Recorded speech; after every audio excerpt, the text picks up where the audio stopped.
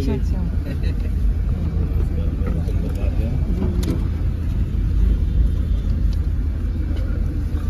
जी संभल जा रहे हैं क्या आप आज? नहीं सोच रहे थे कि आपको प्रतिनिधि मंडल में भेजा जा रहा है संभल के लिए। रोकथाम लगी हुई है,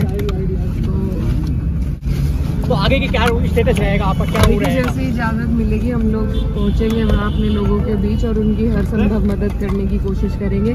लगातार हम संसद में भी प्रयास कर रहे हैं आवाज उठाने का, लेकिन स्थगित की जा रही है संसद। तो अगले हफ्ते में उम्मीद है कि संभल के विषय पर चर्चा होगी। अच्छा, आपकी पार्टी के 3 सांसद गाजियाबाद में रोके गए, वो वहाँ संभल जा रहे थे जी। तो क्या आगे का क्या रहेगा आपका?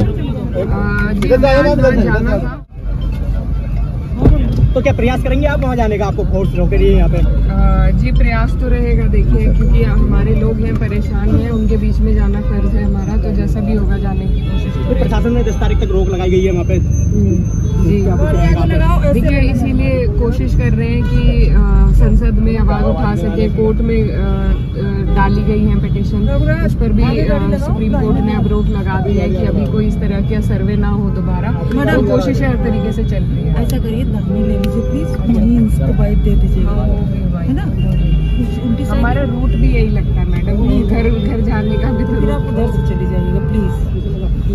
हाँ इधर से देखिए, सबको रोका जा रहा है तो हम इधर छोड़ नहीं सकते, और वो भी नहीं छोड़ेंगे। बैग खोल लीजिएगा कहीं से, ये बात में चले जाए। हाँ वहाँ सहारनपुर में भी मेरा क्षेत्र लगता है ना, मुझे रात में रूट ही जाना है। आप ऐसा है ना, उल्टी साइड ले लेते हैं, उनको बाइट अगर देना चाहे तो दे दीजिए, निकल जाइए, ठीक है ना? आपको संभल जाने से रोका जा रहा है जी।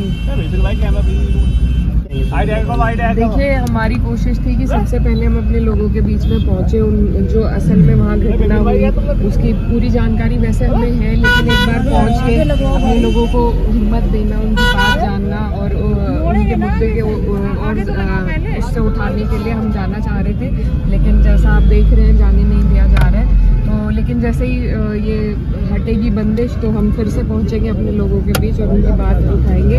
और लगातार हम संसद में भी प्रयास कर रहे हैं। रोका गया है तो क्या जी देखिए, लोकतंत्र में इस तरीके से होना तो नहीं चाहिए, लेकिन अब जिस तरह की सरकार हमारे यहाँ चल रही है तो उनका रवैया इसी तरीके का है।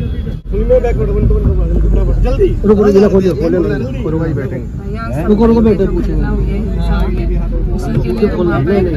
जानकारी लेने के लिए जा रहे थे।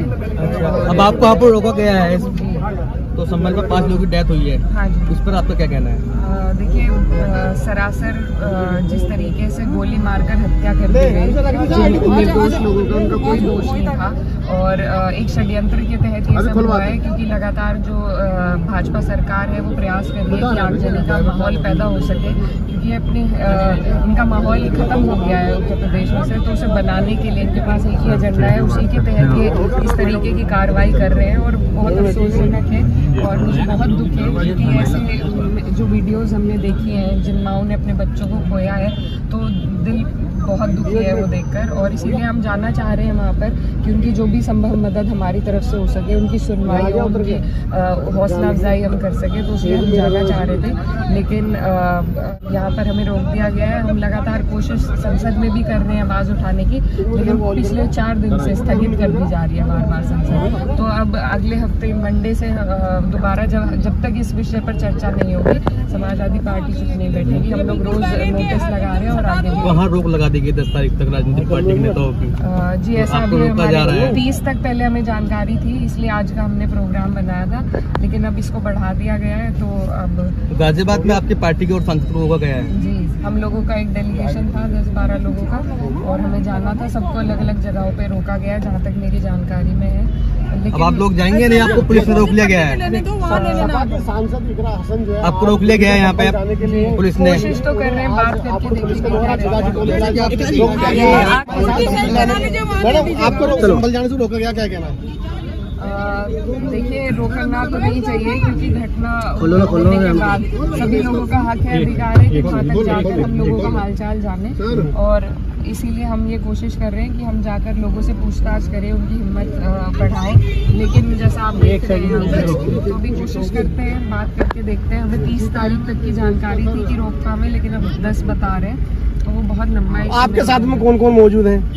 देखिए, हमारी पार्टी से 10-15 लोगों का डेलीगेशन जाना था, जिसमें कई सांसद, विधायक और हमारी पार्टी के प्रदेश अध्यक्ष और नेता प्रतिपक्ष सब लोग मौजूद थे। सबको अलग अलग जगह पे शायद रोका गया है, जो मेरी जानकारी है।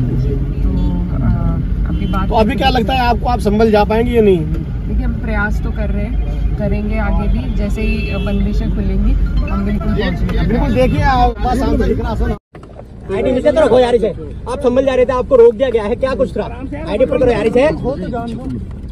देखिए, वहाँ पर किसी को जाने नहीं दिया जा रहा है। हमारी कोशिश थी